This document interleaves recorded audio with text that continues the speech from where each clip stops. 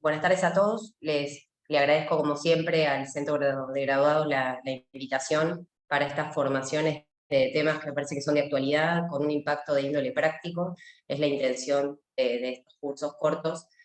Así que también les agradezco a ustedes que 28 de noviembre tiene mucha voluntad, se anoten en estos cursos de formación. Así que bueno, arrancamos. Como les dijo recién, yo no tengo problema en que haya preguntas en el medio del curso o del taller.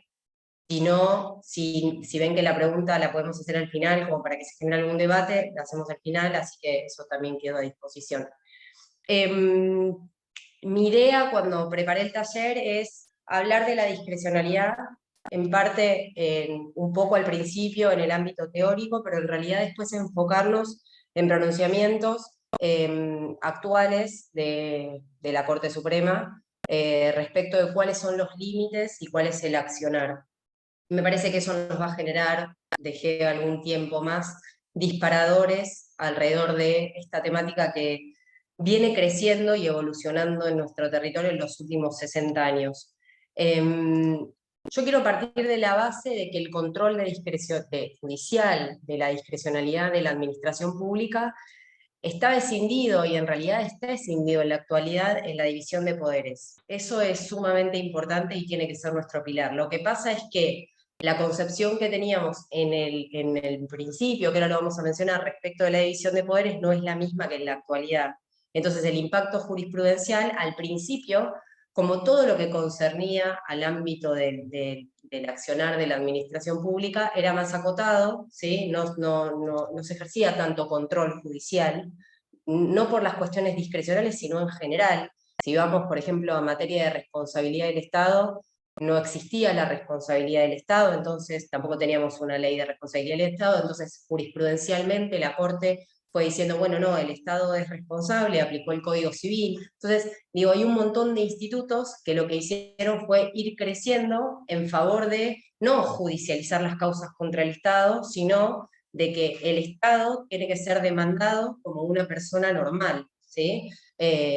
Porque ya de por sí en el proceso judicial y en el procedimiento administrativo cuenta con determinadas facultades y el régimen exorbitante que tiene la administración pública, que de alguna manera sienta como una distancia con el administrado, ¿sí? Desde, no sé, pienso en cuestiones prácticas, desde el plazo que tienen para contestar una demanda, a cuáles son las consecuencias de no interponer. Bueno, obviamente que el administrado tiene que agotar la instancia administrativa, la administración no, qué es lo que pasa, cuál es la consecuencia de interponer un recurso administrativo fuera de plazo, ¿sí? Que lo que conlleva, obviamente, es a que se aplique, a que no se agote la vía, y por ende, si uno quiere recurrir esa decisión en sede judicial, habiendo interpuesto un recurso de forma tardía, por ejemplo, declarado como denuncia de ilegitimidad, lo que va a generar es que esa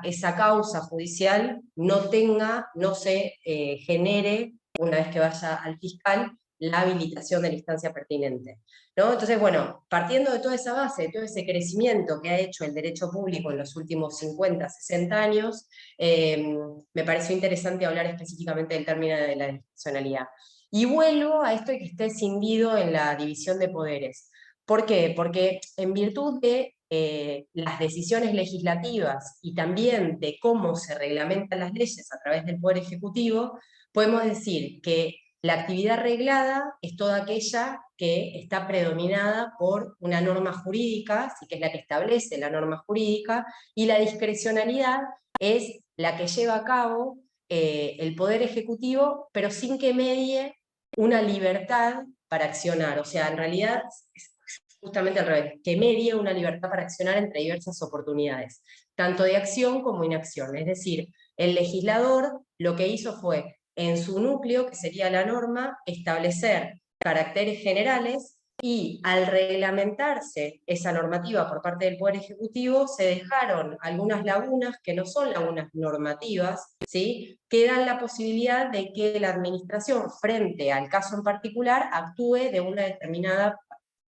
posibilidad o con otra determinada posibilidad. A veces están enunciadas en la norma, generalmente cuando vemos los casos más típicos es, bueno, en el caso de un empleo público, una de las posibles consecuencias de desobedecer, de que un agente desobedezca a un superior, es el apercibimiento, otra es una sanción, otra es, bueno, una cesantía. Entonces, ahí da un margen de discrecionalidad que la administración, frente al caso en particular, debe elegir en el abanico de posibilidades ejerciendo esta discrecionalidad. Los actos que dicta la administración contienen siempre una porción que está arreglada y otra parte que es discrecional. El Poder Judicial, y esto es muy importante, debe controlar la legalidad y la razonabilidad de esos actos que emanan de la administración, porque básicamente lo que tiene que analizar es que esa parte que está vinculada a la parte discrecional esté debidamente fundada y sea razonable, ¿sí? Recordemos, y esto es importante, que hasta mediados del siglo anterior la discrecionalidad administrativa era una materia que era directamente irrevisable por el Poder Judicial, con el sustento de la propia división de poderes, ¿sí? Era lo que yo les decía, esta concepción distinta del antes con el ahora. Se entendía básicamente que se ejercía una intromisión por parte del Poder Judicial sobre la acción del Poder Ejecutivo y sobre sus órganos en su función, ¿sí? Cuando cometían típicos actos o cometidos típicamente administrativos, ¿sí? Esta visión fue seguida por la Corte, por ejemplo, en Seste y Seguich, esos precedentes que estudiamos en Derecho Público hace mucho tiempo, y se frena, por decirlo de alguna manera, porque no quiero hacer tanta introducción, en un caso en 1966, que es el caso DRI, donde básicamente lo que estaba en pugna era la impugnación de un reencasillamiento de un empleado público. La Corte, esto es importante porque si bien este caso es súper viejo, nos sirve de fundamento, porque la Corte, si bien desestima la pretensión de fondo, o sea que le da la razón a la administración relativamente a este reencasillamiento que pedía el empleado, dijo que no parecía dudoso que la facultad de nombrar y de remover empleados públicos comprende la de otorgarles ascensos en el lapso de la prestación de servicios y de ubicarlos en el escalafón. Pero pone de resalto una cosa, dice, al menos en tanto no signifique una cesantía encubierta y que esta atribución integra las necesarias para la supervisión de la correcta prestación de servicios por parte del presidente de la Nación. Entonces, a partir de ese precedente, se empieza a visibilizar en el sistema jurídico argentino un control de la discrecionalidad a través de los elementos del acto administrativo. ¿Cuál es? La causa, la finalidad y la motivación. Y también lo que se brinda a través de los límites que quizás yo los denominaría, un DRI es el fallo, yo lo voy mirando un poquito lo que van escribiendo, yo lo denominaría cuestiones más elásticas que hacen básicamente ya no al control de los elementos del acto reglado, o sea, a la causa, a la finalidad y a la motivación, sino a la buena fe y a la razonabilidad. A partir de ese precedente el Poder Judicial empieza a ejercer ese tipo de control de la discrecionalidad. Este sería como el marco teórico. Yo lo que les propongo ahora es ver algunos casos de índole práctico para analizar cómo es el accionar de la administración y cómo ejerce el control el Poder Judicial de la Nación. Y se me ocurrieron un par de casos viejos que tienen disparadores actuales también, porque ahora vamos a ver casos de hace un mes atrás. Por ejemplo, hay un precedente que es interesante, que es Arianson, que lo deben conocer, que es de 1984, o sea, tiene 37 años. La Corte básicamente hizo, en ese caso había hecho lugar a una acción de amparo que había sido deducido ante la negativa del... ¿Se acuerdan este caso? Bueno, no importa, porque les veo las caritas. Era el del metro 60, no sé si se acuerdan. ¿sí? Seguramente, bueno, lo estudiaron porque era un caso que generalmente como docente lo tomábamos más allá del precedente que tiene características importantes, era interesante porque captaba la atención del alumno, ¿no? Entonces, este caso se hizo lugar a la acción de amparo porque se le negó el ingreso a Arenson en un instituto, que era un instituto nacional del profesorado, creo que eran las asignaturas de matemática y de astronomía, porque Arenson no tenía la altura mínima que exigía, que era de 1,60 m. Arenson medía 1,48 m. Entonces, bueno, la Corte revoca esa decisión, ese acto, porque por el fundamento en que no existían estudios ni antecedentes de carácter técnico que justificaran esa restricción, ¿sí? Con lo que efectuó un control sobre toda la causa, ¿no? Entonces deja sin efecto la decisión y por ende la resolución que le imposibilitaba a la persona ingresar en ese profesorado. Después hay un precedente que es un poquito más nuevo, que es del 2008, que es Schneiderman, que es un precedente contra la Secretaría de Cultura, es del 8 de abril del 2008. Después, si quieren, igual los precedentes se los mando, tampoco... eh, claro, bueno, está bien lo que dice Janina, porque en realidad si para algunas actividades, esto es como genérico porque la Corte ya se ha expedido, y yo aparte de ser docente universitaria, trabajo en el Fuero Contencioso Administrativo Federal hace muchos años.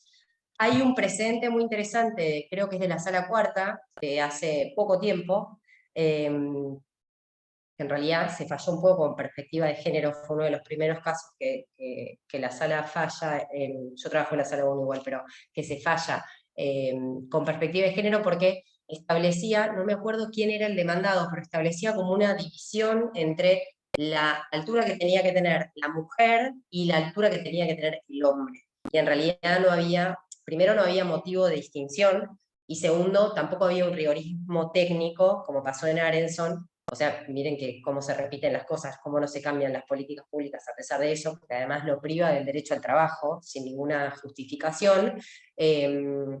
Básicamente, la sala revoca en parte por perspectiva de género, pero me hizo acordar a este caso. Pero bueno, lo de la azafata en realidad lo que tendrías que cotejar es que el fundamento por el cual se motiva que tenés que tener determinada altura, está fundado en un elemento de carácter técnico que hace a la efectiva prestación del servicio específico que vas a realizar, ¿sí? No sé, con esto no quiero iniciar juicios, digamos, ni mucho menos, pero en realidad lo que sí hay que hacer es cuestionar las decisiones de la administración en la medida en la que su normativa no esté debidamente razonable, o sea, no sea debidamente razonable, o yendo un poco más arriba, diría yo, no sea legal, ¿sí? O sea, roce la ilegalidad en virtud de normas y en virtud de la Constitución Nacional y los tratados de derechos humanos. O sea, yo todo el tiempo, no sé si alguno me ha escuchado dar clases, pero yo doy todo el tiempo las clases con perspectiva convencional.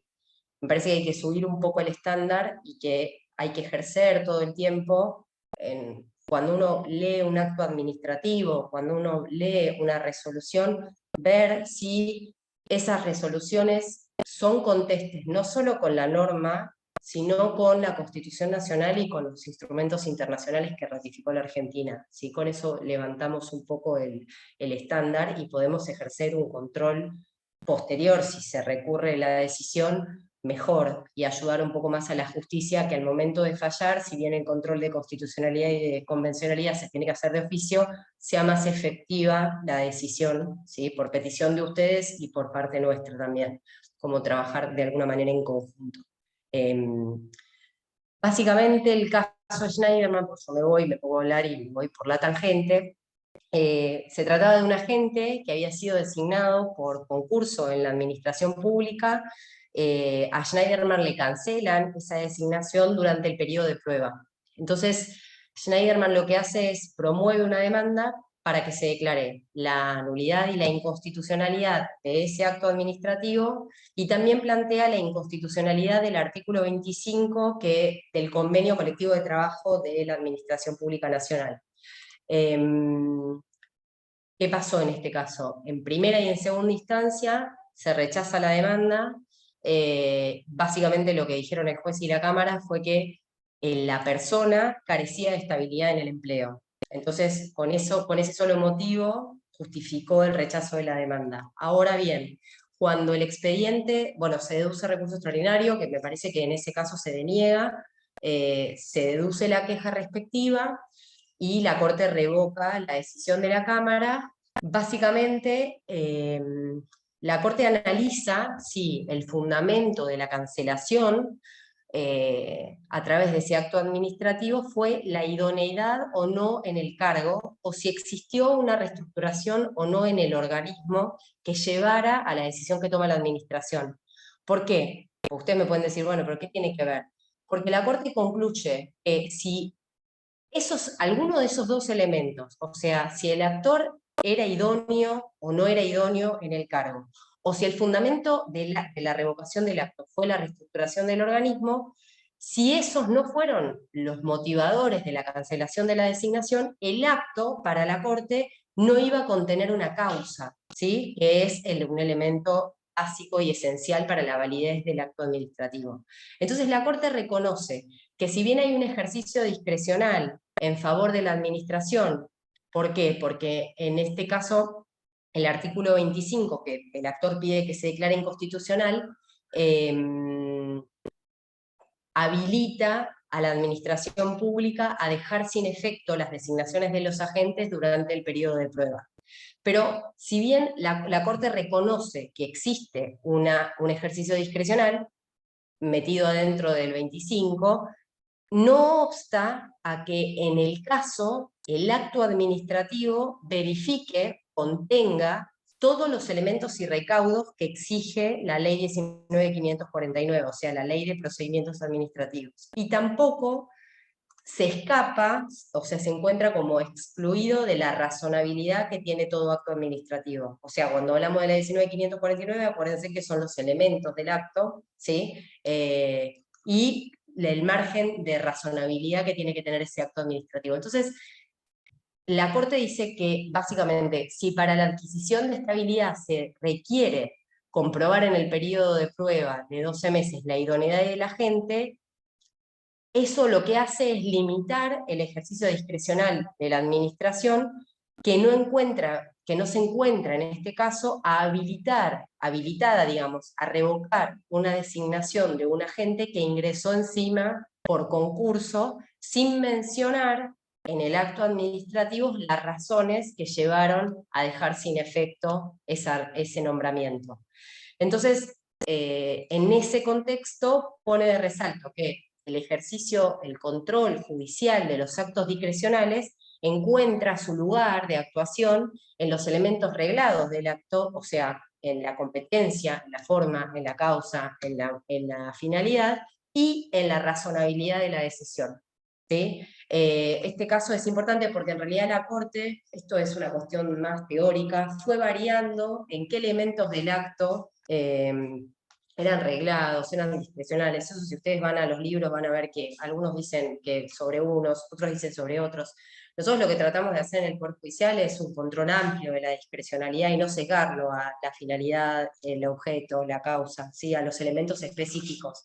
Si bien es verdad que hay algunas otras salas que sí identifican cada elemento y analizan la discrecionalidad, en realidad me parece que por una cuestión de economía procesal y además como más práctico y más genérico, es mejor el control que se hace de legalidad sobre el acto general. Si bien en realidad se puede identificar qué parte es la que no es razonable, ¿no? Bueno, dicho esto, yo lo que les propongo ahora es ingresar a otro tipo de casos contenciosos que también se ven vinculados con el accionar discrecional de la administración, y que mereció en los últimos 3 años importantes pronunciamientos de la Corte Suprema. Yo acá vamos a hacer un parate. ¿Hay preguntas? Eh, Porque veo un montón de cosas que fueron escribiendo. bueno, recuerden que si quieren hacer alguna pregunta, Sí, pueden levanten la levantar la mano. mano, Mm, porque son muy listo. largos si no los textos, capaz no se Sí, entienden bien, o capaz se dale, abren dale. otras. Así que si quieren ir levantando la mano, mediante las reacciones, yo les voy a ir habilitando los micrófonos. Dale, genial. Bueno, si no seguimos Claro, si y no, si pongan por no, el chat que no tienen ninguna duda, o si querés directamente seguir y más adelante dale, hacer. espectacular. Bueno, estos temas que traje me parecieron importantes porque son temas de derecho actual en el derecho, en el derecho público que la Corte viene sacando precedentes que me parece que forman como una especie de tríada en el derecho administrativo, pero que en realidad suman al derecho público, si bien son específicos del ámbito del derecho migratorio. Hacen a cuál es la visión que tiene la Corte Suprema respecto de la discrecionalidad de la administración. Entonces, para poner un poco en autos, porque son tres casos migratorios que en realidad los vamos a ir uniendo unos con otros. La ley 25871, que es la ley de régimen migratorio argentino, que se aplica a las personas migrantes en lo que hace al ingreso de las personas en el territorio nacional, a la permanencia y al egreso, a los impedimentos y a las dispensas, establece la propia ley que el órgano, que el Poder Judicial va a efectuar respecto de las decisiones que adopte la Dirección Nacional de Migraciones, que es el órgano administrativo competente, y esto es importante, un control de legalidad, un control de debido proceso y un control de razonabilidad respecto de los actos administrativos que las personas extranjeras estén impugnando. Legalidad, razonabilidad y debido proceso. La ley no es muy distinta de las leyes en general respecto de todas las decisiones de la administración pública, ¿sí? La pregunta que nos tenemos que hacer, dicho esto, es cómo se efectúa el control judicial en un contexto de soberanía estatal en las políticas migratorias, que fue reconocido en el Sistema Internacional de Derechos Humanos, o sea, la jurisprudencia que emana del último intérprete del Pacto de San José de Costa Rica, que es la Corte Interamericana de Derechos Humanos, y también esta soberanía estatal respecto de las políticas migratorias fue reconocida por la Corte Suprema de Justicia de la Nación y por tribunales federales, cámaras y juzgados de primera instancia. Quizás esto, bueno, obviamente que la soberanía estatal encuentra en este caso un límite, ¿sí?, que es general, y este límite es la no vulneración de derechos humanos. Entonces, la pregunta es por qué traigo estos casos, más allá de que yo estoy especializada en derecho migratorio. A mí me parece que si nosotros elevamos el estándar, porque ya tenemos como algo que nos impide o nos pone como un poquito más arriba el control, que es, ojo, porque el Estado argentino es soberano en sus decisiones, bueno, entonces acá tenemos como soberanía y tenemos discrecionalidad. Entonces, capaz, que es lo que termina pasando, encontramos que el control judicial es un poco más complicado, más complejo, no imposible, pero más complejo, ¿sí? Y tiene que estar bien acotado y bien delimitado. Esto es importante tenerlo en cuenta. Entonces, si nosotros lo estudiamos desde más arriba, quizás en una órbita más plana, es más sencillo poder verificarlo. Entonces, ¿cómo es en la práctica que se efectúa este control de legalidad, de debido proceso y de razonabilidad de los actos de expulsión del territorio nacional de las personas migrantes? ¿Y cómo hace el fuero en lo contencioso administrativo federal ese control que, como vamos a ver en algunos precedentes que ahora les voy a mencionar, a veces el Poder Judicial se excede de los parámetros que expresa la ley especial? Y a veces la administración se excede en su discrecionalidad. Entonces también vamos a ver cuáles son las consecuencias jurídicas. Yo, primeramente, para aquel que nunca vio derecho migratorio, quizás me preguntaría por qué existen decisiones discrecionales en el derecho migratorio, digamos. ¿Por qué? Si uno dice, bueno, el Estado es soberano en las decisiones. ¿Por qué? Porque hay un porcentaje muy alto de causas en los que los cuestionamientos judiciales giran alrededor de órdenes de expulsión que vienen de la mano con decisiones de la Dirección Nacional de Migraciones de no dispensar.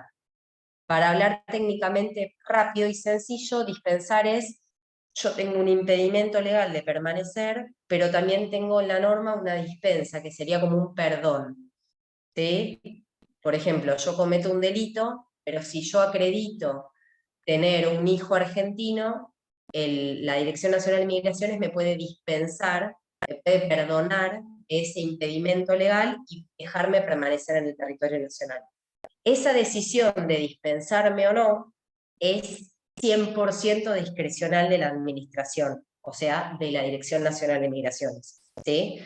Entonces, ahora lo que les propongo es ver 3 casos en los que pasó eso, ¿sí? Digamos, y también se los menciono, esas dispensas que recién les mencionaba son la reunificación familiar, o sea, que la persona migrante acredite tener un hijo menor de edad argentino o mayor de edad argentino con alguna discapacidad, o que se haya casada en concubinato con una persona argentina, y todas las razones humanitarias. Entonces, retomando la revisión de los actos administrativos en los que la DNM decide no dispensar frente a un impedimento específico, vamos a ver qué es lo que hizo la Cámara Federal y qué es lo que terminó resolviendo la Corte. El primer precedente me pareció interesante traer fue Barrios Rojas. Barrios Rojas, les cuento básicamente, la persona había sido condenada en sede penal en la Argentina por la persona extranjera, ¿no? Por tenencias de estupefacientes con fines de comercialización. La Dirección Nacional de Migraciones dicta una orden de expulsión en virtud de lo que dispone la propia Ley de Migraciones. Esa orden de expulsión se recurre, llega a la Cámara, y la Sala Quinta de la Cámara Nacional de lo Contencioso Administrativo Federal, que es la que es el órgano competente del Poder Judicial, que se encarga de tratar de resolver todos los litigios en materia de derecho migratorio, declara nula la resolución del Ministerio del Interior, porque si bien la norma específica de la ley, acuérdense de la soberanía del Estado, dispone que la Dirección Nacional de Migraciones podrá dispensar, para la Sala Quinta no resultaba razonable la decisión de no haber dispensado a Barrios Rojas frente al planteo de reunificación familiar. La Corte dijo, primeramente, que la dispensa por razones humanitarias o reunificación familiar es discrecional, que constituye una excepción a la regla de expulsión y que tiene que ser debidamente motivada, y que el límite está dado por la prohibición de adoptar criterios discriminatorios, ¿sí?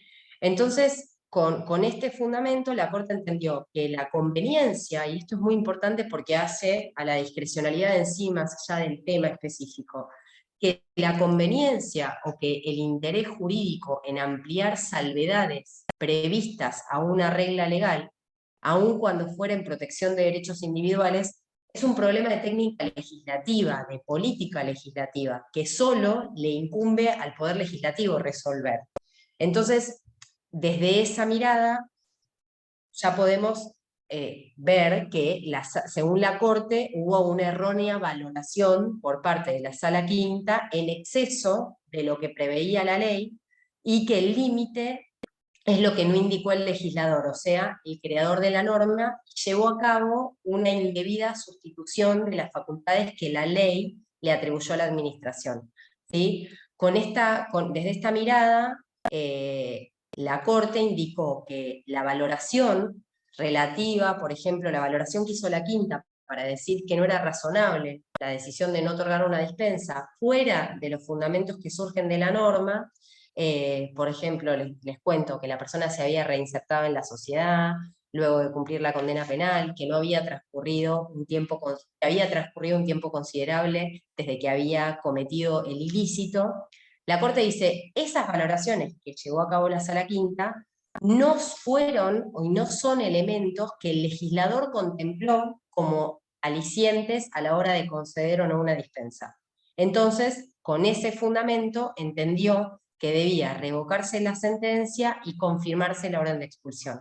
¿Por qué? Porque fue fundada en discrecionalmente no otorgar la dispensa que había sido solicitada por el actor, porque es una decisión que para la Corte estuvo debidamente motivada y que era algo que le correspondía específicamente a la administración pública, concretamente a la Dirección Nacional de Migración.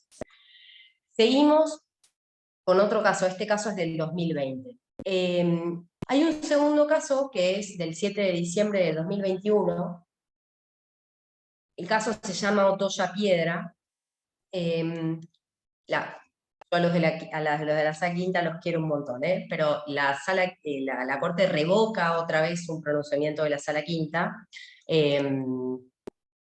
Básicamente, la Sala Quinta había valorado la discrecionalidad de la Dirección Nacional de Migraciones respecto de la falta de ponderación de reunificación familiar que había solicitado la persona migrante. O sea, puntualmente, la naturaleza y la gravedad del delito cometido, el tiempo que prolongó su residencia, la residencia de Otoya Piedra en el país, el tiempo que transcurrió desde que Otoya Piedra cometió el delito y el examen de la conducta desplegada con posterioridad.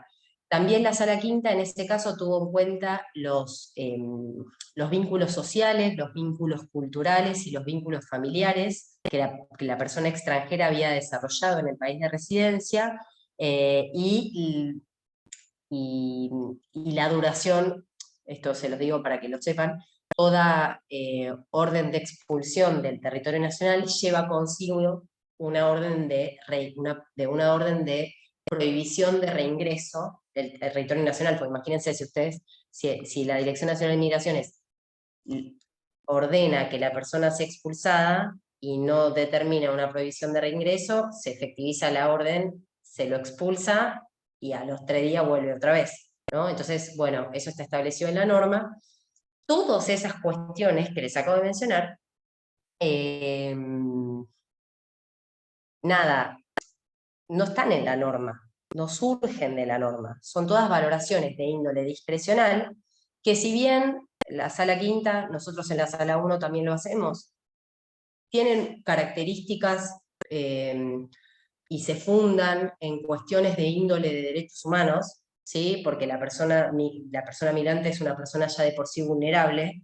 Si la norma no establece como excepción a un impedimento lo que la Sala Quinta establece, la discrecionalidad no la puede ejercer nunca el Poder Judicial.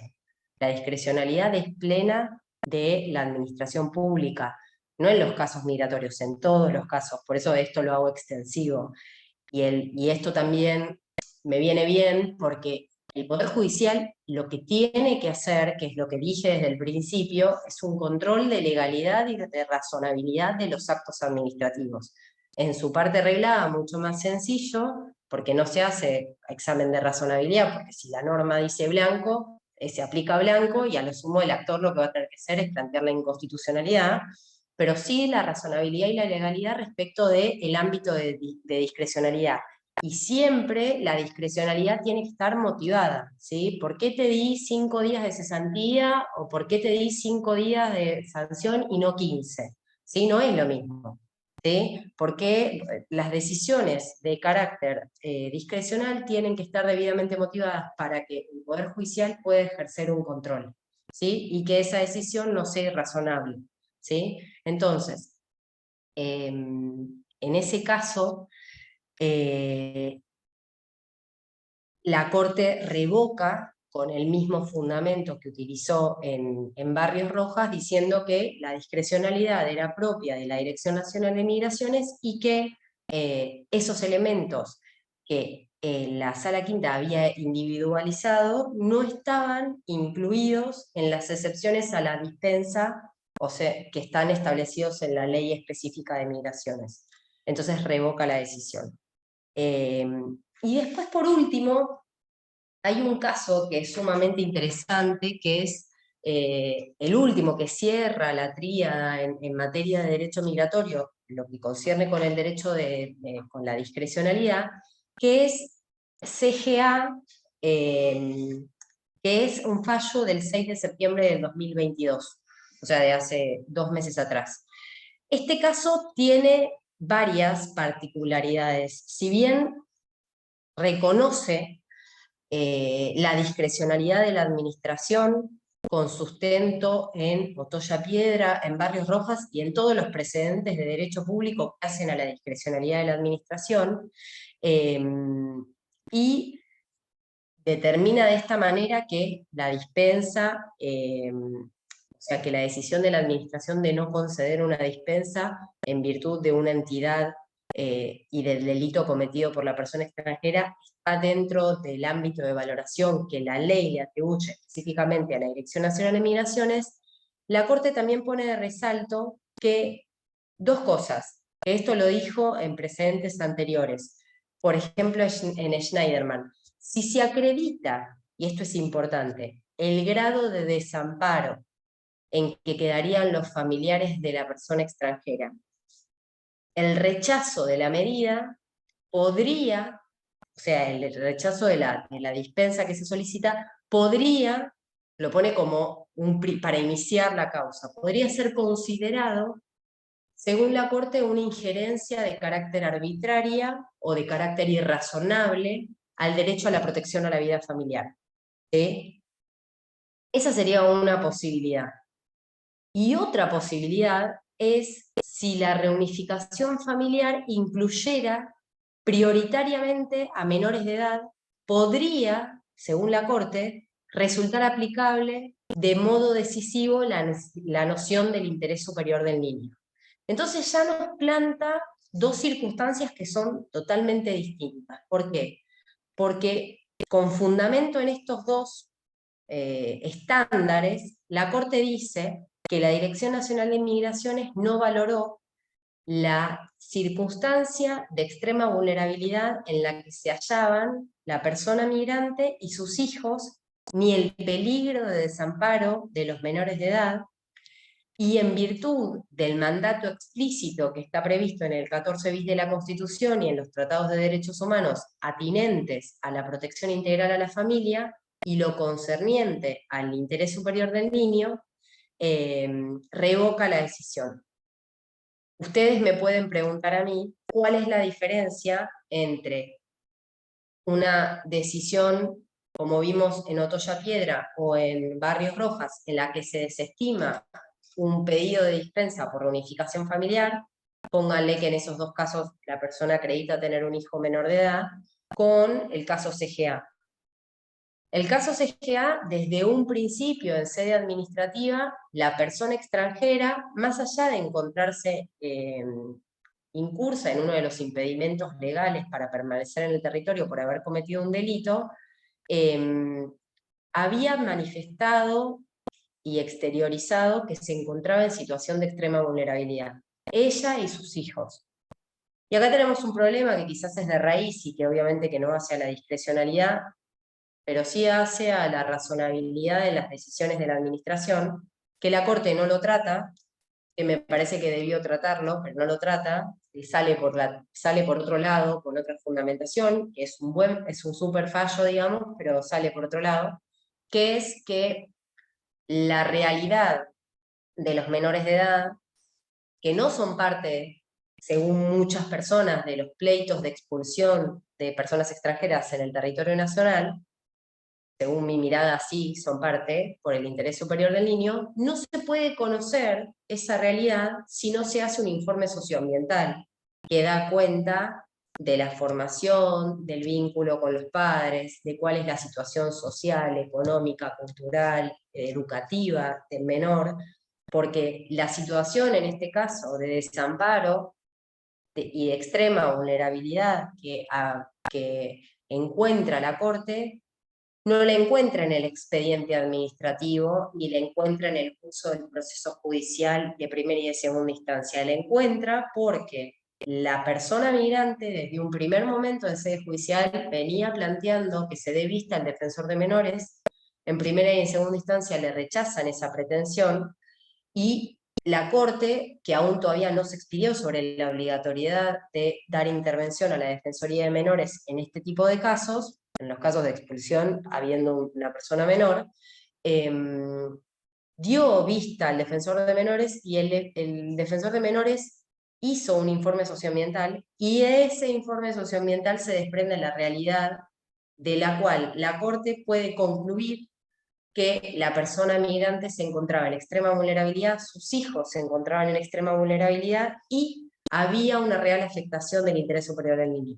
Si eso no se conocía, entonces lo que yo me pregunto, o sea, esta como que CGA sería como la excepción a la discrecionalidad de la administración en un marco de soberanía estatal, con amplias facultades discrecionales de la administración. Imagínense que, como dijo tan rotundamente la Corte en Barrios Roja, en Otocha Piedra, y en todos los casos el Poder Judicial se haya inmiscuido en la discrecionalidad, el Poder Judicial no tiene nada que hacer respecto a eso, sino controlar razonabilidad y legalidad y motivación. Pero lo que yo me permito cuestionar y preguntarme es ¿qué hacemos con este precedente? ¿No? O sea, ¿cuál es la respuesta efectiva a este precedente traspolada a los casos que tenemos en la actualidad? ¿Existe una circunstancia que es distinta de otra? ¿Cómo podemos hacer nosotros para saber cuál es la realidad del menor en Barrios Rojas si no se hizo un informe socioambiental? Solo porque, les pregunto a ustedes, solo porque la persona extranjera menciona en su escrito judicial o en su recurso administrativo que se encuentra en situación de extrema vulnerabilidad y enuncia determinadas cosas, justifica que en esos casos se dé intervención y que en los otros no. Y la pregunta, yendo un poco más allá, es: ¿la administración no debería, para fundar la dispensa, el rechazo de la dispensa por reunificación, dar vista a la Defensoría de Menores para tener un informe socioambiental, o sea, una prueba contundente de cuál es la realidad de ese menor, y ahí, recién ahí, ejercer su facultad discrecional y rechazar la dispensa? ¿No? Digamos, son todas cuestiones que no están como tratadas en ningún lado, se resuelve caso a caso. Pareciera que esta persona, en este caso, tuvo suerte de que se le dio vista, ¿sí? Y en los otros casos, claramente que la soberanía es del Estado y el Estado tendrá que decidir. Digo que, como estamos en una clase de discrecionalidad y nosotros tenemos que ejercer un control, ese control sería efectivamente suficiente si contáramos con todos los elementos para conocer cuál es toda la realidad de la persona, ¿sí? Así que bueno, estos casos los traje porque son casos de discrecionalidad en los que la Corte últimamente está hablando mucho. De hecho, este precedente es de hace 2 meses, y es como la excepción a esta discrecionalidad, que no siempre es en un 100% de la administración. O sea, muchas veces se revocan decisiones por falta de motivación en las decisiones de la administración. Yo iba a pasar a otro tema, pero no sé si tienen alguna pregunta. Acá hay, discúlpame, hay dos chicas que tienen levantada la mano, así que si querés, Perdón, no las vi. no pasa nada. Le damos la palabra a Mariel. Ahí, Mariel, te habilité el micrófono. ¿Qué tal? Buenas tardes a todos y Hola. todas. Sí, mira, la consulta, mira, yo tengo un caso particular de un señor de nacionalidad boliviana en el cual está desde el 91 dentro del territorio argentino. Bueno, cuestión que nunca pudo regularizar su situación, lo han intimado y durante todos estos años, y el hombre ahora recurre a mí y resulta que en realidad él ya tenía un problema de base con sus documentos bolivianos, digamos. Tenía una partida de nacimiento doble y un DNI que no era el de él, o sea, un número de otro que estaba fallecido. Entonces, ante esa situación, se ve que aquí no había podido regularizar su situación, pero él está desde el 91. Y él supuestamente había hecho todos los trámites del documento extranjero argentino, pero aparentemente faltaba un sello y por lo tanto no era, era un documento apócrifo. Cuestión que ese hombre, desde el 91 a la fecha, tuvo 5 hijos que ya son todos mayores de edad, y los reconoció a todos con ese documento apócrifo. El tema es que recurre, ya, o sea, han pasado tantos años, y habiéndolo intimado la Dirección Nacional de Migraciones en el 2015, y habiéndole dado una residencia temporaria durante 3 meses, y él después nunca más se presentó, pero por una cuestión de desconocimiento, digámosle, no sé cómo decirle, pero bueno, el hombre la verdad es que no maneja mucho el tema de la documentación. Y el tema es que ahora él quiere regularizar, o sea, ya se regularizó el tema de las partidas, también se regularizó el tema de su DNI todo boliviano, ¿sí? Pero ahora él quería ver si podía regularizar la situación aquí. El punto es que nos encontramos con una decisión de la Dirección Nacional de Migraciones que pide la expulsión del territorio argentino de este hombre.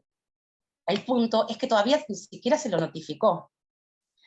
Entonces, es como que yo me acabo de recibir y es como que me faltan herramientas en materia de derecho migratorio, la verdad que desconozco mucho. Entonces, yo quería saber si era conveniente esperar la notificación o directamente presentarse, o sea, a través del sistema RADEX, subir toda la documentación con partida de nacimiento de los hijos, etcétera, y bueno, ver ahí si ahí se lo notifican. Bueno, nada, esa era la pregunta. Bueno, nada, primero, vamos a arrancar por lo primero. Yo no puedo asesorar porque trabajo en el Poder Judicial, yo lo que trato es dar herramientas desde el ámbito jurídico y académico, ¿no? Eso con respecto a ese punto. Yo, si querés, ahora te paso mi mail. Yo tengo escrito un libro de derecho migratorio, hay un montón sobre el tema, pero siempre lo que yo, de alguna manera, recomiendo, no frente a casos particulares, sino en general, es agotar todas las vías. Digamos, si tenés la doble posibilidad de iniciar en el sistema RADEX toda la tramitación de una residencia y después quedar notificada del acto de expulsión y recurrirlo, y poner en la causa judicial que tenés tramitando una residencia, hacelo, y tenés como una doble vía ante la Dirección Nacional de Migraciones, y vas a tener que tener la vía del recurso, digamos, de todos los recursos internos de la Dirección Nacional de Migraciones, para agotar la vía administrativa y después llegar a la vía judicial. Pero yo haría las dos cosas, digamos. Igualmente después te paso mi mail y si querés escribime y nada, y lo charlamos un poco más. Pero nada, yo para no irme tanto de tema, porque en realidad les traje temas de derecho migratorio, pero que hacen a la discrecionalidad, y que este taller es de discrecionalidad. Este año di un montón de talleres de derecho migratorio, pero hoy justo no es del tema, pero después te paso mi mail y lo charlamos. No sé si... No, ahí, a ver si capaz se muteó sin querer y le tengo que habilitar de vuelta. No sé si querés decir algo Ahí más, está. Mariel.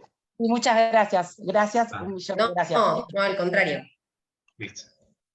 No sé, había alguien más con la mano, pero se ve que la bajó. A ver si dicen algo ahí en el chat tienen una pregunta. ¿Querés verla o te la leo? No, ahora la leo. Estoy poniendo mi mail acá en el... Ahí está. Esperen, porque no veo nada, a ver si lo escribí bien. Sí, estoy bien. A ver, lo leo por si hay alguien que no tiene cámara o lo que sea. Si tomamos como ejemplo la solicitud de reencasillamiento de un empleado que la administración rechaza y en sede judicial se verifica la irrazonabilidad del acto administrativo, el juez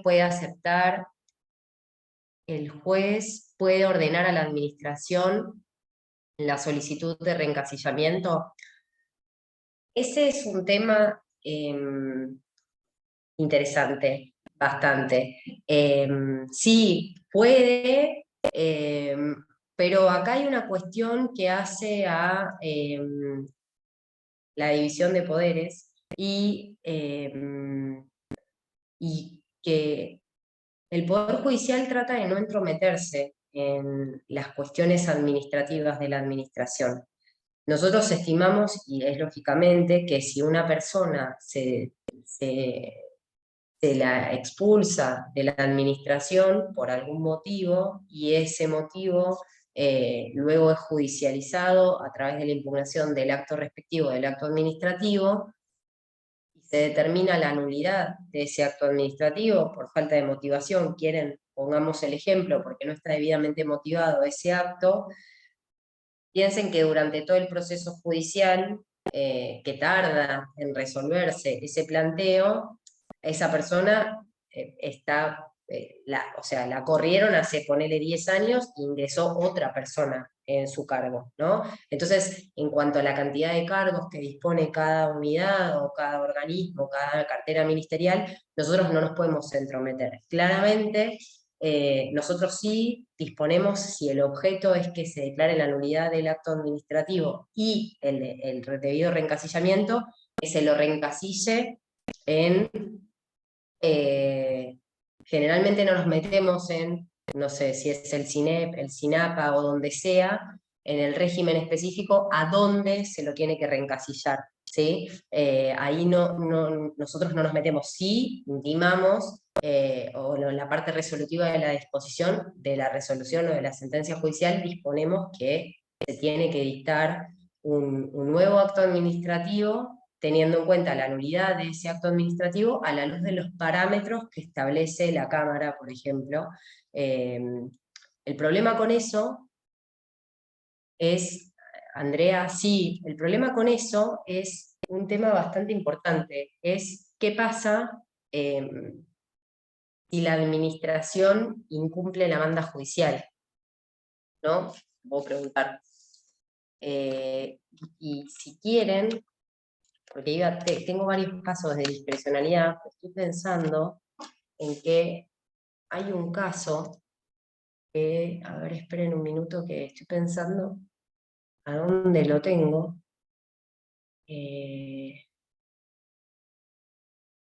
Sí, acá, a ver, hay un caso que es muy interesante, que se trató de una persona que trabajaba, sí,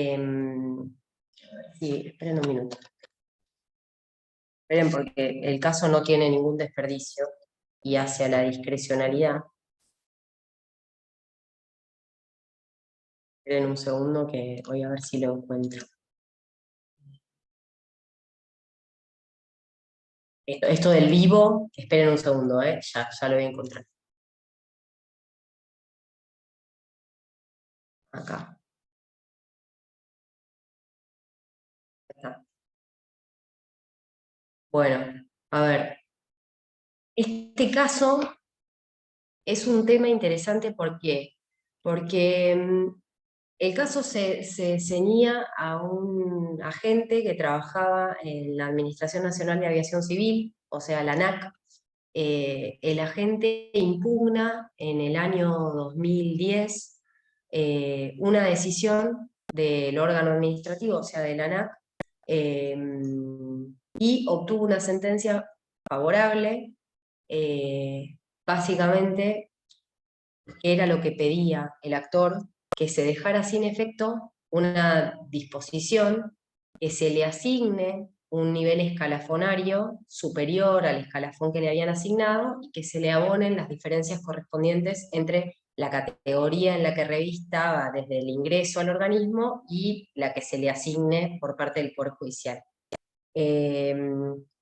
Esto fue, bueno, agota la instancia administrativa, en primera instancia se rechaza, llega a la sala y la sala revoca la sentencia y declara la nulidad del acto administrativo. Lo deja sin efecto y ordena a la ANAC que examine la pretensión del actor de ser reencasillado con los alcances que fija la sentencia. Entonces, la sala lo que tuvo en cuenta, o lo que había tenido en cuenta en ese momento, era que si bien existe un principio de determinación de la situación escalafonaria de los agentes que le compete a la administración, discrecionalidad, ese principio no es absoluto si se verifica sobre la base de los elementos idóneos la existencia de un supuesto de ilegalidad o la existencia de un supuesto de arbitrariedad. Entonces, en ese contexto, la Cámara pone de resalto que la ANAC, cuando dicta el acto que el actor impugna, no tuvo en cuenta específicamente las tareas que el actor desarrollaba, ni la preparación que el actor tenía, ni la experiencia que él contaba,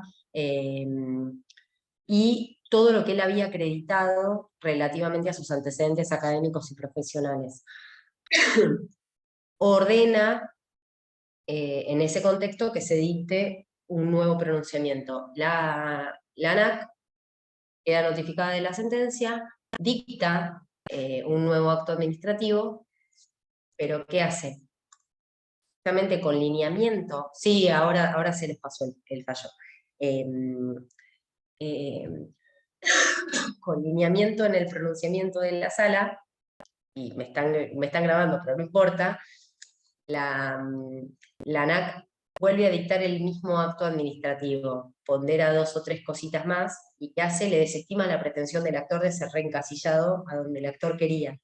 Entonces, claro, es como medio insólito, ¿no? Porque tuvo que tramitar todo el proceso de conocimiento, se le rechazan la sentencia en primera instancia, llega a segunda instancia y obtiene una sentencia favorable que declara la nulidad del acto administrativo, que no ponderó determinadas cosas, y la ANAC vuelve a dictar un acto y le vuelve a desestimar. Claramente que, acá esto es importante, con esta intención de que el Poder Judicial no se entrometa por la división de poderes, no nos metemos en si le corresponde que sea nivel A, nivel B o nivel C, ¿sí? Lo mandamos a la administración para que la administración, que es el expertise en ese tema, lo delinee. Ahora la administración en este caso le vuelve a desestimar la pretensión. Entonces, la persona que hace, ¿qué harían ustedes, digamos? Inicia una ejecución de sentencia y dice, esperen, yo tengo una sentencia que me dice esto, me dictan un acto y no, el acto no cumple con el lineamiento de la sala. Bueno, les tengo que contar porque esto pasó hace no poco tiempo, unos meses nada más. La jueza de primera instancia, cuando el actor pide la ejecución, según mi parecer, lejos de la economía procesal y de apreciar que se trataba de una llana ejecución de sentencia, tiene por cumplido con el nuevo acto administrativo que dicta la ANAC, lo resuelto por la Cámara. O sea, la jueza de primera instancia dice que el manifiesto interés o el manifiesto desacuerdo del actor con lo decidido en la nueva resolución no tiene carácter suficiente para considerar que la sentencia no se encuentra cumplida. Como que terminó ahí, como que se culminó. Entonces le desestima la pretensión de la ejecución. Claro, Janina, pero lo que vos decís de economía procesal, digamos, ¿cuál es el sentido útil de una sentencia? La sentencia tiene que tener un efecto útil, ¿no? Porque vos tenés que recurrir por vía administrativa una manda judicial que la administración incumple. No sé si se entiende cuál es la pregunta. Es como repensar un poco, no sé, yo voy volando, ¿no? Pero siempre se me pone en la cabeza, cuando me hacen este tipo de preguntas, cuando me hacen algún planteo atinente al amparo por mora. ¿Por qué nos acostumbramos al amparo por mora? ¿Por qué tantos juicios de amparo por mora?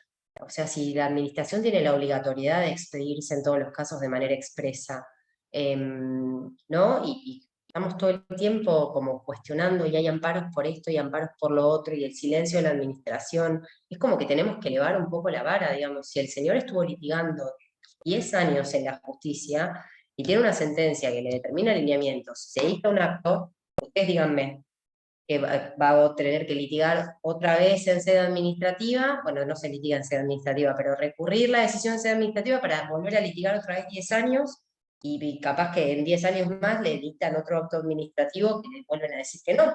O sea, como que ¿cuál es el efecto útil de esa sentencia? Yo entiendo lo que vos decís, porque eso fue lo que dijo la mayoría. Pero bueno, cuando llega a la sala, la sala 1, que tenía una conformación parcialmente distinta que al momento de dictar la sentencia definitiva, o sea, la que le había declarado la nulidad del acto administrativo, resuelve por mayoría confirmar lo que decidió la jueza de primera instancia. ¿Por qué? Porque la mayoría decidió que la nueva pretensión de la parte actora, no sé cuál era la nueva pretensión, precisamente era la misma pretensión que al principio, pero bueno, obligaría al tribunal a expedirse respecto de la legitimidad de un acto administrativo en clara transgresión del debido proceso y del derecho de defensa de ambas partes. ¿Por qué? Porque no hubo una demanda impugnatoria contra ese acto de resolución, ¿sí? Acá hay un proyecto en disidencia del juez Facio, con quien trabajo, que dijo básicamente que la observancia de las decisiones judiciales tiene que ser fiel y estricta, de modo que se concrete el acatamiento por parte de todas las personas que están alcanzadas por ella, y que en el caso concreto la ANAC no solo debía realizar el examen que llevó a cabo, sino que además tenía que ponderar si al momento de dictar el nuevo acto, el señor, el actor, reunía los requisitos para estar en un nivel superior. Eso surge del pronunciamiento firme, de fondo, que había suscrito él 3 años atrás. En lo que hace al inicio de una nueva acción judicial que preceda a la impugnación del nuevo acto administrativo, el juez Facio dijo que una interpretación sesgada de la sentencia llevaría a concluir en que el actor debía efectuar una nueva petición ante la ANAC, impugnatoria o reclamativa, y eventualmente promover un nuevo proceso de conocimiento con un objeto consistente en ser recasillado sobre la base de la experiencia laboral adquirida durante esos años que insumió, según el doctor, su peregrinación administrativa y judicial, y que esa situación, según él, era injusta y poco práctica. En términos concretos y precisos, ¿qué fue lo que pasó? El actor volvió a impugnar el acto administrativo, como culminan todos los actos administrativos impugnados, confirmaron el contenido de ese acto en sede administrativa, y el expediente vuelve a llegar a la Cámara con una diferencia sustancial. En primera instancia se hizo lugar a la pretensión del actor y se lo reencasilló. O sea, se declaró, en realidad no se lo reencasilló, se declaró la nulidad del acto administrativo, y bueno, cuando llega a la Cámara, es triste lo que estoy contando, ¿no? Pero cuando llega a la Cámara, por mayoría, se revoca la sentencia que había hecho lugar a la demanda del actor, porque según la mayoría no se había acreditado que sus méritos, su especialidad y su aptitud técnico-profesional hubiera sido superior a la de los demás agentes, y no se vislumbraban afectados la razonabilidad, la decisión de poder o la buena fe. Y en disidencia nuevamente, el juez Facio confirma la decisión de primera instancia, pone de resuelto varias cuestiones que llevaron a analizar el caso a la luz de las estrategias que cuenta el administrado ante las decisiones que toma la administración, que muchas veces son tan nocivas como el silencio, y también en miras del modo que tiene el Poder Judicial de hacer o no cumplir sus propias sentencias. Entonces reitera que la observancia fiel y estricta de la sentencia que se había dictado el 9 de mayo del 2017, o sea, su recta interpretación, solo podía ser cumplida si la ANAC, cuando dictara el nuevo acto, examinaba si el actor en ese momento reunía o no los requisitos en el régimen normativo para el encuadramiento a su petición de reencasillamiento. Pero bueno, esa decisión quedó en minoría, así que el actor, luego de litigar 12 años y haber tenido que transitar 2 veces la instancia administrativa, terminó con una sentencia denegatoria de su pretensión, que no sé si no voy a cuestionar la razonabilidad o no de la decisión de la mayoría, sino la economía procesal y lo que hace a la discrecionalidad de la administración una vez que cuenta con una sentencia judicial que le manda a delimitar determinadas características para que dicte el acto respectivo, sin entrometerse por la división de poderes en las esferas que le corresponde al Poder Ejecutivo, como por ejemplo la especificidad en si le corresponde no sé, el A, el B o el C aunque muchas veces como Poder Judicial nosotros nos damos cuenta si son cuestiones de carácter reglada, ¿no? Pero siempre como hay discrecionalidad, lo dejamos en cabeza del poder Ejecutivo. Sí, no sé si es tanto inédito porque nos pasó, o sea, me pasó a mí hace poco tiempo, digamos, cuando lo proyectaba era como una cosa que no podía como concebir, pero bueno, nada, fue lo que pasó. Así que bueno, bueno, justo tiraron el caso y me vino a la mente, así que se los conté. No, bueno, no, en realidad, a ver, no me quiero quedar con el caso puntual porque tendríamos que analizar el caso y no va a eso, sino básicamente lo que hace a la discrecionalidad de la administración y después a la discrecionalidad de la administración frente a una decisión judicial, ¿sí? Que como que tiene un poco más de fuerza. No sé, Claudio ahí levantó la mano, no sé si quería hacer un comentario. Ahora Hola, te van a habilitar. sí, acá Claudio tiene la mano levantada, así que le damos la palabra a Claudio. Vale, gracias. Hola. Sí, sí, Hola. ¿qué tal? Buenas tardes. Es simplemente un comentario, digamos, que a veces entiendo, digamos, la no interferencia, digamos, del Poder Judicial, digamos, en el ámbito de las decisiones de la administración. Pero hay algunos casos que son bastante, bastante sencillos de resolver y muchas veces, digamos, terminan siendo un ejemplo. Hay un caso, era el caso de un ascenso de un prefecto, ¿no? La Junta de Calificaciones propone el ascenso de este prefecto. El prefecto mayor, el jefe de la fuerza, avala, digamos, lo que dice la Junta de Calificaciones. Cuando llega al Ministerio de Seguridad, por distintos motivos, digamos que la titular de la jurisdicción en su momento, por los motivos que sea, decide excluirlo, digamos, del ascenso y no especifica los motivos. Y finalmente, digamos, se eleva la propuesta al Poder Ejecutivo para que apruebe, digamos, los ascensos. Entonces lo excluyen a este oficial. Y finalmente, bueno, no asciende y no le indican los motivos por los cuales no ascendió.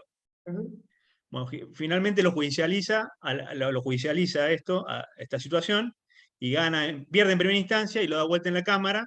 La Cámara resuelve, creo que los motivos fue justamente, digamos, la ausencia de motivación, le reconoce el derecho, digamos, al ascenso, pero simplemente le reconoce el derecho.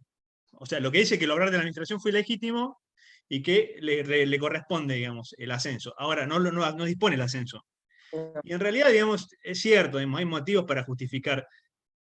¿Por qué? Porque si lo que pasó, finalmente como no lo ascendió, vuelve nuevamente a la administración y la administración tiene que tramitar un proyecto de decreto que tarda años, digamos, y finalmente a los años tal vez se disponga el acto administrativo. Lo que quiero decir que por ahí, digamos, el título que justifique el ascenso debería ser la sentencia, digamos, y no el acto administrativo, en estos casos. No sé si se entiende. Sí, sí, te entiendo. Sí, sí, sí. Me parece que es parte de los debates y de estas charlas. Entiendo que conceptualmente a lo mejor esté equivocado, digamos, pero en definitiva, digamos, sí. No tiene ningún sentido esperar años más, digamos, hasta que se dicte un decreto, digamos, con toda la burocracia que implica eso, digamos, hasta que el presidente dicte un acto para ascenderlo, cuando ya lo dispuso el Poder Judicial.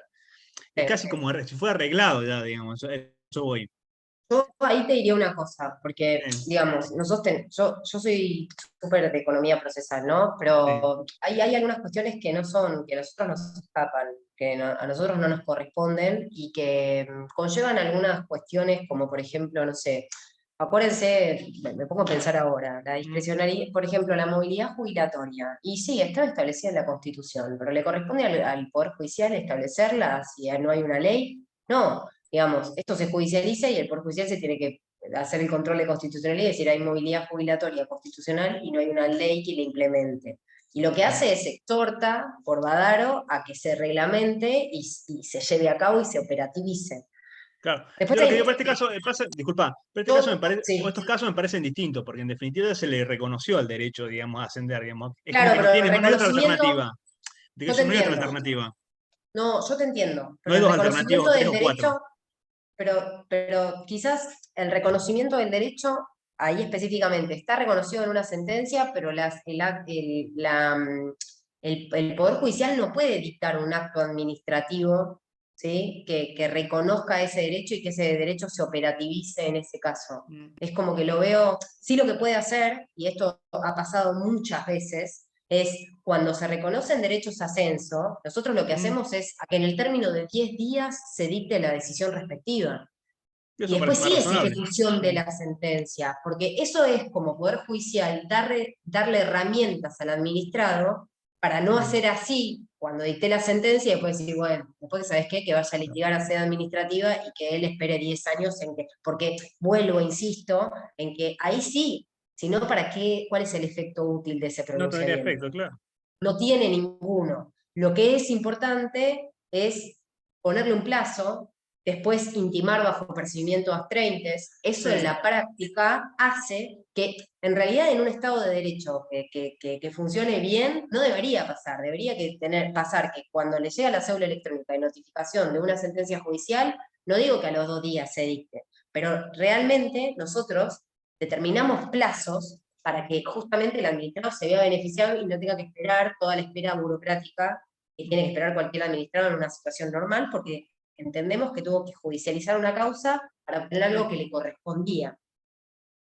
Entiendo cuál es tu visión, nuestra visión un poco más solapada con ese mismo convencimiento, no es dictar el acto, porque no nos corresponde, sino compeler a la administración para que en un plazo razonable lo pueda efectivizar. Y sí, en el marco de la sentencia, para que no tenga que iniciar un amparo por mora, No, claro. Sí, yo lo si que no planteo sería es, otra vez judicializar, digamos, ¿para qué judicializás algo si después claro, la administración no lo cumple? no, está claro eso. Sí, es simplemente eso, es como por una cuestión, Yo digamos, de entiendo que hay economía, casos que digamos. son más visibles, ¿eh? Porque Yo entiendo que hay casos que son más visibles. cuando yo lo resolví el Poder Judicial y dijo que tiene derecho al ascenso, es como que ya está. No es que no existen varias alternativas que tiene que optar la administración, o por ejemplo reencasillarlo en determinado, o tiene que efectuar un juicio volitivo para reencasillarlo en determinado nivel. No, acá No, directamente tiene que ascenderlo, digamos, a determinar al grado que le corresponde, al grado siguiente, suponete. Entonces claro. es casi reglada, es como si fuera la actividad casi reglada. Por eso simplemente me hace ruido. Entiendo el dogma, digamos, y entiendo, digamos, que justamente que el Poder Judicial no tiene que dictar un acto administrativo, pero muchas veces, digamos, no es que no tenga sentido, digamos, pero muchas veces como que choca, digamos, es totalmente impracticable, digamos, no impracticable, sino es muchas veces muy tedioso, digamos, y muy No, burocrático. entiendo. Me parece que en la En transformación de la algunos casos, por operacionalización supuesto, de las sí. sentencias, esto de la implementación de días hace a que estemos un poco más Mm, cerca. Quizás si tuviéramos otras atribuciones, pero que en la actualidad no tenemos, mm, y en realidad como que si yo lo pienso desde otro lado, y quizás no existe, porque nunca el Poder Ejecutivo me va a venir a decir al Poder Judicial que tengo que designar en un cargo superior a mm, mí, por ejemplo, porque no existiría, sonaría un poco como antipático que alguien externo venga a decirte, pero bueno, hay un control judicial que nos compete a nosotros, y en virtud de ese acto lo que pasa es que Lo que pasa, lo que sí, lo que funciona pasa, mal es lo mm, posterior a la mm, sentencia. Porque en realidad vos no me lo cuestionarías en la medida en que ese acto se dictara en 15 días. claro, Vos no me no, harías claro, esa pregunta. claro, tal Entonces cual, se va desvirtuando y van mirando para el costado. claro, Entonces, pasan pará, años. Poder Judicial, dictalo vos. No lo dicto yo. Digamos, lo Mm, tiene que dictar la administración. O sea, porque si lo dicto yo, digamos, si llega a afectar algún derecho, ¿quién lo va a recurrir si lo dictó el Poder Judicial? Es como raro. Entonces es mm, como que en eso de la división de poderes hay que cumplirlo un poquito, ¿no? Como mm, para que, sí, sin desvirtuar la economía procesal y que sea práctico y una sentencia que tenga efecto útil, que es lo mm. más importante. Bueno, Pero bueno, muchas gracias. sí, entiendo lo que te pasó. No, de nada. Bueno, no sé si hay más preguntas. Eh, acá veo algunas consultas en el chat de largas, que si alguno se anima a decirlas así como al aire, y entonces las podemos. Hay 2 manos. Entonces, qué bien que arrancamos con las preguntas ahí. Acá hay un par de personas que tienen la mano levantada. Dale, cuando Le quieras. damos la palabra a Andrea, Andrea Pavón. Dale. Ahí está Andrea, ya te habilité el micrófono, a ver si lo podés. Si no, saltamos con. Vamos con Elsa, si no. A ver. Hola, Ay, hola, ahí Hola. está, sí. ¿cómo están? Buenas tardes. Ahí Hola. pasé la pregunta por mensaje, porque no Sí. puedo hablar justo en este momento. ¿Puede Ah, ser? dale. Sí, Gracias, obvio, ahora la leemos. Dale, gracias. gracias. ¿Querés que suscitemos otra mano y después la respondemos al final? Eso como te organices vos, como vos Sí, quieras. dale. Dale, bueno, le damos la palabra a Elsa entonces. A ver, Elsa. Ahí está. Buenas tardes. Una Hola. consulta. Yo tengo un tema de vieja data en un juicio del Estado, daños y perjuicios. Bueno, salió la sentencia favorable y el Estado, digamos, paga a través de bonos, que hay que hacer una planilla. Bueno, fue todo un trámite, se hizo, y ahora, a través del Consejo de la Magistratura, se pasó a la Oficina de Crédito Público y Ministerio Público, ¿no?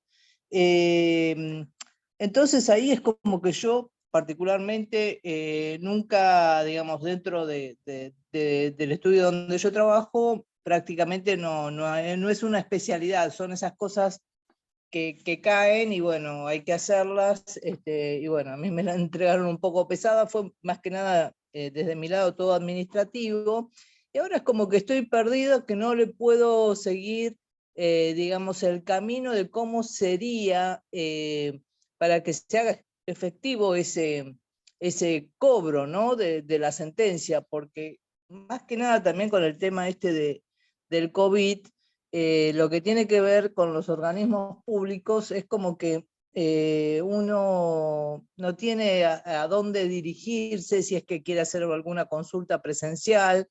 Y bueno, quería saber si hay alguna, entre comillas, guía o algo que me puedas decir para orientarme, ¿no? Sí, lo que primero tendrías que ver es si se trata de deuda consolidada o no consolidada. No sé de cuándo es el reclamo o de cuándo es el título. Lo otro que te diría, yo di 2 o 3 cursos en el Centro de Graduados de ejecución de sentencias contra el Estado, que es un tema que me encanta, y están subidas a YouTube. Tiene cuestiones bastante prácticas, porque la verdad es que tendría que saber cuál es el estado o sea, si es una pretensión que está consolidada o no, como para saber cuál es el trámite. Y el trámite está bastante bien explicado, no por mí en general, pero si no está bien explicado en los videos. Así que si lo querés ver, igualmente está mi mail, así que cualquier consulta me la haces. Ajá. ¿Tu mail cuál sería? Porque no lo Ahí lo tengo. mandé, pero ahora, esperen, ahí se los escribo de nuevo en el chat. Si lo quieren anotar, pero Sí, lo escribo en el chat también, es mflorenciasicabo, ZICAB cortado, @gmail.com. ZI, ajá, está bien. Muchas gracias. Y lo No, de último, nada. Sí. esto es un tema, digamos, de mi hijo, que se recibió en la Facultad de Filosofía, y bueno, hace como casi un año que está con el trámite del título, Le porque pasó a todo el mundo. no, pero ya es como que es un poco mucho, ¿no? Y de alguna manera estaría, digamos, limitando sus posibilidades de trabajo, aunque de poder salir del país porque necesita el título. No sabes si hay alguna... Él me hablaba de que algún compañero, digamos, puso un abogado, digamos, y que por ahí eso hizo que acelerara el trámite. Le digo, Sí, mirá, eso te lo respondo rápidamente. Hoy por hoy, vuelvo, no puedo asesorar, pero la respuesta que puedo dar genérica es que está lleno de amparos por moras por demora en la emisión de títulos en la actualidad. Desde hace un año para la actualidad está lleno de amparos por moras que en un casi 100% se hacen lugar si se acredita que el plazo que tiene la universidad específica está pasado desde que se inició el trámite respectivo, con lo cual lo que te recomiendo sería fijarte en la normativa, qué plazo tiene la universidad para expedir el título desde que se inició, si eventualmente hubo algún requerimiento por parte de la administración a tu hijo, si lo formuló, se cumplió o no, y si eso está cumplido, digamos, si no hubo un requerimiento y el plazo pasó, que generalmente es de 6 meses, o bueno, tenés que ver en cada norma qué es lo que dice, iniciar el amparo por mora, el Poder Judicial lo que hace ahí, cuando hace lugar el amparo por mora, es compeler a la administración a que generalmente en el plazo de 10 días dicte el acto administrativo respectivo, que culmina siempre, porque acuérdense que el amparo por mora se sustancia, entonces cuando inicias el amparo por mora, que lamentablemente necesitas un abogado, ese pedido de amparo por mora se sustancia a través del artículo 28 de la ley 19.549 con la administración, y en la mayoría de los casos, muchas veces, con la intención de la administración de salvarse de las costas, muchas veces antes de que se dicte la sentencia de fondo del amparo por mora haciendo lugar, la administración acompaña el acto administrativo por el cual le otorga el título. Así que esa sería como la solución. Claro, no, yo lo preguntaba porque, bueno, digamos, el tema del amparo, hay muchos amparos de salud, de qué sé yo. No, este es un amparo por mora en el fuero contencioso. No hay mucha vuelta. El amparo por mora del artículo 28 de la 19.549. Ajá, del artículo 28. No, porque quería ver inclusive si, digo, mira, en tal caso veo, a ver si te acompaño personalmente y eventualmente es algo que, si bien todo el mundo por ahí dice que es sencillo, no me gusta tampoco entrar en aguas donde no manejo los temas, ¿no? Claro. Pero sí, yo me imaginaba que no tenía que ser algo demasiado No, es algo complejo, bastante sencillo. porque obviamente el título, digamos, tiene todo, bueno, No, si bien por eso, si reúne los requisitos, si se pasó del plazo, es el amparo por mora en la demora en la administración en expedirse. Ujú. ¿Y eso va por sorteo como cualquier causa, digamos? Sí, sí, sí. Ajá. Ah, bueno, no, porque yo pensé que tenía algún fuero especial, es el contencioso administrativo, Sí, común, digamos. sí. Bueno, gracias. No, Muy de nada. amable.